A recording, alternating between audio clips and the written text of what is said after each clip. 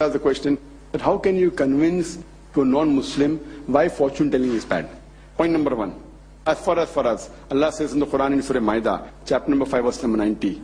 Ya ayyuhal lazina amanu, O you believe, innamal khamru wal maisuru, most certainly intoxicants and gambling, wal anzabu wal azlamu, dedication of stones, divination of arrows, rishthum min amali shaitan, these are Satan's handiwork. Fashtanibu lalakum tuflihun, abstain from the handiwork that may prosper.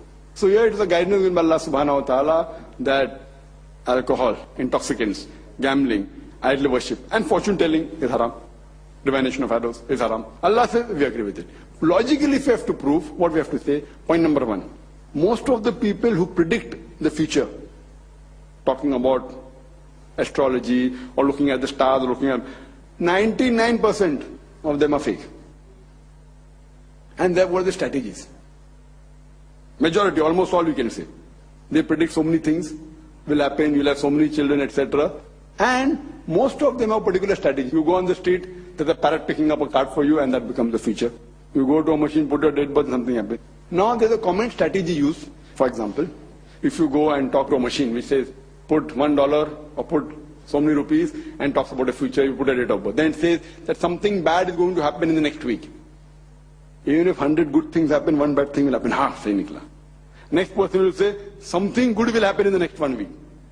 So even if 100 bad things happen, one good will happen or something. So these are statements which are general, which it does happen. And there was a survey done in USA that one of the psychologists, he took a class of the students and he taught to them for a month.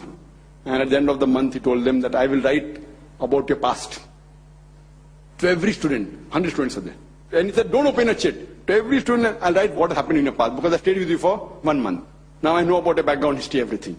So he wrote to every student, individual student about his past. He said, okay, now keep the chit closed, open, and give me marks. How accurate have I been? So when all the students opened the chits, and more than 95% told that the teacher was 98% accurate. 5% said that he was above 90%. Everyone opened, hey, great. He spoke about my past. 95% said he's 98% accurate. Some said 99. 5% said he's 90, 91, 92%. But everyone said above 90%. The joke was he wrote the same thing for 100 people. You understand, no? So how you formulate and how well are you able to fool? So most of this is just false. And even if someone can predict, suppose, everything, baki 99% are not right. My 1% is the main guru. He fails to a 99%, he is also fraud. But even if suppose that thing is there, Quran says that you should not be bothered about it. This is a test for the hereafter. For example, this is the life you're reading for test for the hereafter. For example, there's the examination going. First you have to convince him that this is a fraud.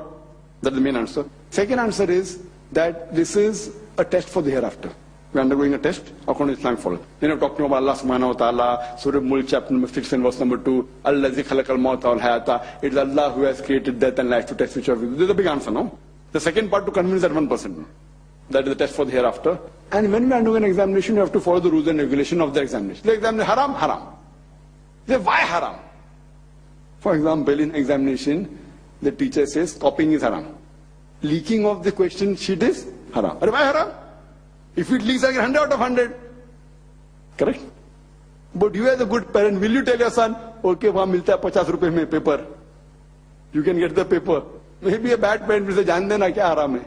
तेरे बच्चों को तो medicine में seat मिलेंगी लेकिन वो मारेंगे बच्चे लोग को मेडिसिन में he'll get a seat and he passes, he'll kill the people rather than cure them.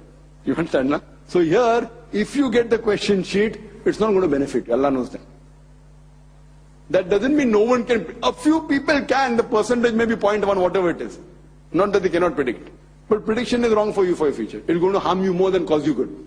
So even if you get a question paper of the 10th standard exam or 12th standard exam or an MBBS exam, you may think for short term, he'll get gold medal. But finally when he sits to treat the patient, he will not cure them, he will kill them.